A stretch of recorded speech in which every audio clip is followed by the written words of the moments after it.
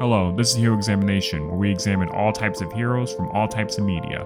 For our next hero, we'll be going over Luke Skywalker from Star Wars. Now for this video, we will only be going over his appearances in the movies only, so any expanded content might be saved for another updated version. So, let's get started. Luke Skywalker grew up on Tatooine on a moisture farm with his aunt and uncle. Due to him growing up in such a remote part of not just the galaxy, but Tatooine in general, he had little experience of what life was like in the wider galaxy. And as he got older, he became more and more curious about what life was like out there, thinking it would be exciting and fun. This is possibly due to a number of things. For one, he didn't like being a moisture farmer, finding it boring and mundane, and his uncle tried to force that life on him. We also know that he often heard stories of the rebellion and the Empire, and judging by the scene where he played with the toy ship, he thinks life in the rebellion would be exciting. Lastly, Luke was under peer pressure, as most of his friends left Tatooine already to explore the galaxy like Biggs and Tank, and he wanted to leave too. However, once R2-D2 goes out on his own to find Obi-Wan Kenobi, Luke and C-3PO decide to go find him. While looking for him, they are suddenly attacked by Tusken Raiders, only to be saved by Obi-Wan Kenobi, who Luke just calls Ben. Once they head to his house, Luke learns about the Jedi Knights and more info about his father. This painted a picture in Luke's head, thinking that his father was this amazing warrior who did all the stuff he liked, like flying across the galaxy and being a war hero during the Clone Wars. Obi-Wan then offers to train him to be a Jedi and go with him to Alderaan, but Luke refuses at first, but changed his mind when his aunt and uncle died. Now let's go over his skills and traits. In the first movie, he starts off as a pretty decent pilot. We are told that he used to bullseye womp rats, which came in handy during the attack on the Death Star. We also know that he has a desire to help those in need, with the reason why he stayed with his aunt and uncle at first because he thinks his aunt and uncle still need his help. It also doesn't matter how big or small the problem is, whether it's helping give Obi-Wan a ride, saving the princess from a base, or helping destroy the Death Star despite not being well trained in flying X-Wings, which also shows how brave he is too. We also know that Luke is pretty obedient, as he usually is able to follow Obi-Wan's instructions when told, and is able to fall in line when he needs to. However, we also know that he is naive, cocky, and reckless, as he often gets himself into situations and places that he's not prepared for, or has any idea how to handle. And he's not exactly the best at adapting to these situations either. For example, when he goes to the Mos Eisley bar, he is told to be careful, and well, that goes about as well as you think, being thrown back by the person instead of watching himself. Then there's his plan to rescue Leia, and let's just say it's pretty harebrained. Handcuffing Chewbacca and tell him he's going to a cell that he doesn't even really know the name of, he had to make up one on the spot, and not even thinking that the Empire soldiers would probably check to see if he's being legitimate or not. And probably wouldn't have worked if Han didn't improvise on the spot to try to get them out. Speaking of, let's go over his dynamics with Obi-Wan and Han Solo. With Obi-Wan, he's simply an easygoing mentor figure to have. He is patient with him and never too critical of his actions. Han Solo is mostly pretty cynical through the movie, but Luke managed to convince him to help fight against the Death Star. This is because Han Solo himself was used to people stabbing him in the back and being selfish, but Luke was the first honest, good-natured person he connected with in a while that wasn't Chewbacca. In The Empire Strikes Back, we see Luke living out his dream. He's a rebel pilot now, exploring the galaxy, and fighting off the Empire with some new friends, Leia and Han Solo. While almost freezing to death in the snow, he is told to go to the Dagobah system to find Master Yoda. However, once he arrives there, he is surprised to find out that the place is a jungle planet with no cities or technology. He also thought the Jedi were these great warriors like Obi-Wan and his father, which in this case are these cool lightsaber wielders who could use the Force to do unexplainable things. And while that is true, it's a very surface level understanding of their job too. Once Yoda reveals himself to Luke, who originally was acting crazy to test his patience, Yoda calls him out for some of his shortcomings. How he always looked towards the future and never focused on where he was, saying that adventure and excitement is not what a Jedi craves, which is exactly what Luke craved in the first movie. Unlike Obi-Wan, who gave more of a rosy look on what the Jedi is, Yoda gives a more honest look, saying they must have the deepest of commitment and the most serious mind. With some convincing by Obi-Wan and Luke, Yoda reluctantly trains him. While training him, Yoda tells him that a Jedi uses the Force for knowledge and defense and never attack. He then heads for a cave, bringing his fear and hatred with him, and sees what he hated and feared most. He sees a vision of Darth Vader, the person who killed his father and Obi-Wan, so he decides to attack him. Once he defeats the vision, he sees himself in the mask. The cave is seemingly telling him that if he goes down this path, this is who he can become. We see that while he can use the Force and feel it, he doesn't have control over it due to his fears and feelings. Instead of him controlling the Force is controlling him. For example, he tries to pick up a ship, but in his mind he thinks it's impossible because it's too big. I take it that this is due to his age and attachment in the galaxy, as unlike other Jedi, he wasn't groomed since he was a toddler to be a Jedi. Luke then sees visions of his friends on Cloud City in pain. Yoda mentions that it's the future he sees, and while he sees them in pain, he doesn't know what their fate is, and neither does Yoda. Despite being warned about the danger of helping them out of fear, he decides to go anyway, thinking he won't lose himself to Vader.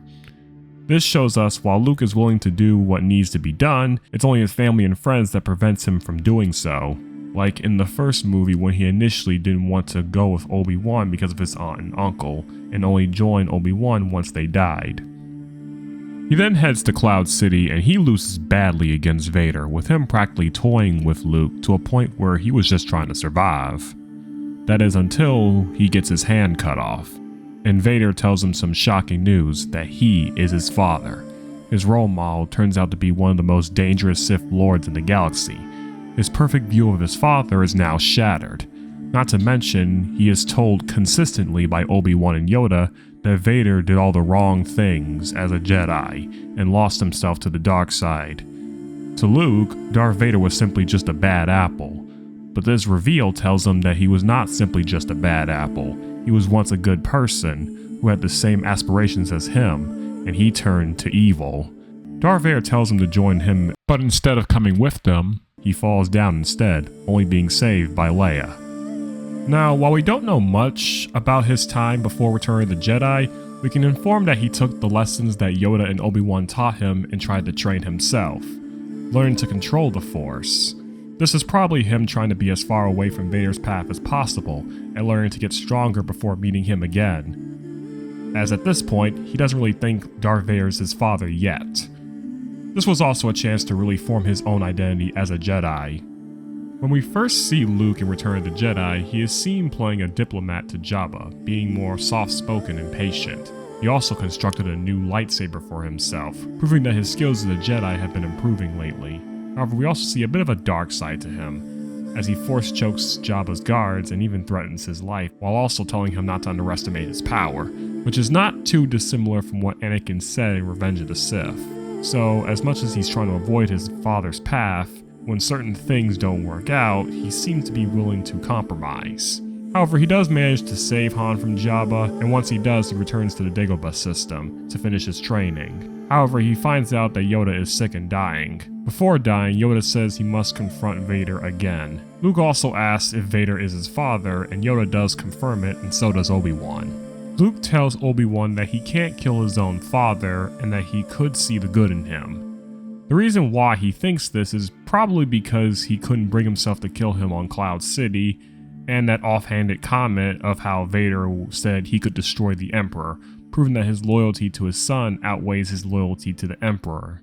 And so he feels he could potentially get to him and turn him towards the light, unlike Obi-Wan and Yoda who basically thought he was gone. We also see a sense of self-awareness to him, because while he thinks he can't kill his own father, he does know he has to be stopped. So Luke asked about the other Yoda spoke of. When Luke realizes it's Leia, his twin sister, Luke gets an idea. However, he only acts on this idea when he finds out that due to his presence, he is endangering the mission. And so he tells Leia that if he doesn't come back, she is the last hope. With Vader, he tries to reason with him due to him sensing a conflict within him. This shows again his loyalty to his family and friends, even if it's someone like Vader. However, Vader says it's too late for him, and the Emperor is his master now. and this makes Luke accept the fact that his father is dead. Him bringing Luke to the Emperor is the opposite of what he proposed on Cloud City, so this makes him think he changed since that time and he's truly gone. However, once he meets the Emperor, he tells him that they're all going to die because of the plan to destroy the base. But Palpatine says they are walking into a trap due to everything that happened was because of him. Luke is then tested again. Palpatine tries to make Luke strike him down with anger, which will turn him towards the dark side. He does this by saying the alliance will be finished and hope will be lost. This actually seems to work as he prepares to kill Palpatine, but Vader stops him. This is probably because he didn't want him to follow Palpatine's words. Vader tries to convince him to join the dark side again, only this time he says that it's the only way to save his friends. Which, if you've seen the Clone Wars and the prequels, it does make sense for Anakin to say this. He even tries to threaten to turn his sister to the dark side, which makes Luke unleash all his fear and anger and embrace the dark side, which he uses to beat Vader. Vader also might be holding back due to not wanting to kill his son. Luke then cuts off his hand, and Palpatine offers him to join him. But after looking at his cut off hand and then seeing Vader's hand, he realizes what he could become if he goes down this path further. A good man reduced to being a slave to the dark side. So he rejects the Sith path, saying he chooses to be a Jedi, not giving in to his hate and killing Vader. Palpatine then shocks him with lightning, and Vader, who is wounded, hears his son pleading to help him. Vader finally shows that he's more loyal to his son than the Emperor at the last minute and picks up Palpatine and throws him down a shaft. Vader in his last moment says that Luke was right about him and that there is good in him. Luke then makes a funeral pyre for his father and he celebrates with his friends, waving goodbye to the Force ghosts of Obi-Wan, Yoda, and now his father, Anakin. Over time, Luke grew into a legend, the one who saved the galaxy, the one who brought a seemingly irredeemable person back to the light. Luke drifted further into his Jedi training and read all the Jedi texts and studied the Force. Han and Leia then had their son Ben Solo train with Luke. Ben Solo throughout his life felt like he was in the shadow of the people who saved the galaxy. Despite his growing power and skill, he felt like it was never going to be enough to live up to them. This pushed him towards the dark side, thinking that this will make him get out of his parents' and uncle's shadow. Luke thought he could help him through this, but he couldn't. Snoke had already corrupted him with his desires to become a new Vader, thinking that he would succeed due to him losing, because it's easier to live up to failure than success. Luke sensed this, and in an attempt to stop him, he ignited his lightsaber out of weakness, but then immediately regretted it. Ben woke up to this and felt betrayed. This probably made him think that Luke Skywalker was not the legend he kept hearing, and it only cemented his choice towards the dark side, his decision to become Kylo Ren. He then took Luke down, and Kylo took some of his students and killed the rest. Luke blamed himself for this, for not living up to the legend, and for failing Leia, Han, and the entire galaxy due to basically doing the opposite of what he did with Vader. Even though it was slightly the same due to him using the dark side to almost kill his own father, but pulled back at the last minute. But due to these events, he disappeared, growing cynical of the Jedi Order. It's possible that he tried to follow the teachings of the Jedi to train Ben Solo, basically holding the Jedi on a pedestal, despite knowing it was partly their fault for Darth Vader's fall. And due to him being able to bring him back, he held himself on a pedestal, thinking that if he can save Vader when the past Jedi can't, he can right that one wrong. But once this incident happened, he became cynical of the Jedi and even himself. He then cut himself off from the Force because to him, he is afraid of where it could lead him, as the Force led him into making the choice to murder his own nephew, causing all this to happen. While hiding on an island, Rey shows up, and when she gives him his lightsaber, he throws it back. Luke tells her to go away, saying he will not train another generation of Jedi. What happened to him in the past impacted him so much that he said that the Jedi need to end. But Rey is persistent and challenges this idea, not only because Leia sent her there with the task of finding hope, but she wants to find out more about herself and her place in all this, as she felt the Force calling to her since she was a kid. Luke still refuses to teach her until he is reminded at why he decided to become a Jedi in the first place, by hearing a message sent by Leia. In some way, Leia sending Rey to ask Luke for help is similar to when Leia asked Obi-Wan for help. He decides to teach Rey about the ways of the Force, but still says the Jedi need to end. While giving Rey a lesson, he talks about the Force, and one interesting thing he said was that the Force doesn't belong to the Jedi. This tells us that while he stopped believing in their ways, he still admires people with hope and drive like Rey. He then tells Rey about all the problems with the Jedi and him as a legend, saying that those two things created both Vader and Kylo Ren. However, Rey says Kylo failed Luke, blaming him for what happened, which seemingly makes him reconnect with the Force and he connects with Leia again. However, Rey finds more about the story through Kylo Ren, and Luke is forced to tell Rey the full truth about what happened to him. Rey, thinking she sees a conflict within Kylo, tries to save him, thinking that this will go about the same way as Luke with Vader. Luke warns her that this isn't going to go the way she thinks, but she goes anyway, even without his help. Luke prepares to destroy the sacred Jedi texts, but then Yoda shows up and does it for him. He tells him that it's time for him to move past the books, since Rey already possesses some of that wisdom. Yoda also tells him he's still looking away at the horizon and never on where he is. And Yoda does have a point. Luke always focuses on what could happen and what might happen, and never on what is happening. When he first started his adventure, he was excited about what could happen for him in the future, being so eager to go out and explore. But now, he's always concerned about the future, concerned that he will fail, and concerned that he won't live up to the legend. His opinion on what the future holds is different, but he still thinks about what the future holds instead of what the present holds. And this is all because he feels like he failed, but Yoda says failure is the greatest teacher and that he should learn from it. Luke arrives and faces off against Kylo Ren to give the Resistance more time. He apologizes to Ben and says that he will not be the last Jedi. Luke only further antagonizes Kylo Ren by reminding him that he will always be with them, which makes him angry. However, it turns out it's a hologram. However, this Force ability weakens his life force, though he senses Rey and the Resistance about to leave. This makes Luke feel that there's still hope in the galaxy, knowing that his sacrifice wasn't in vain, and he looks up at the sunset one last time, knowing that there will be another future, and he becomes one with the Force.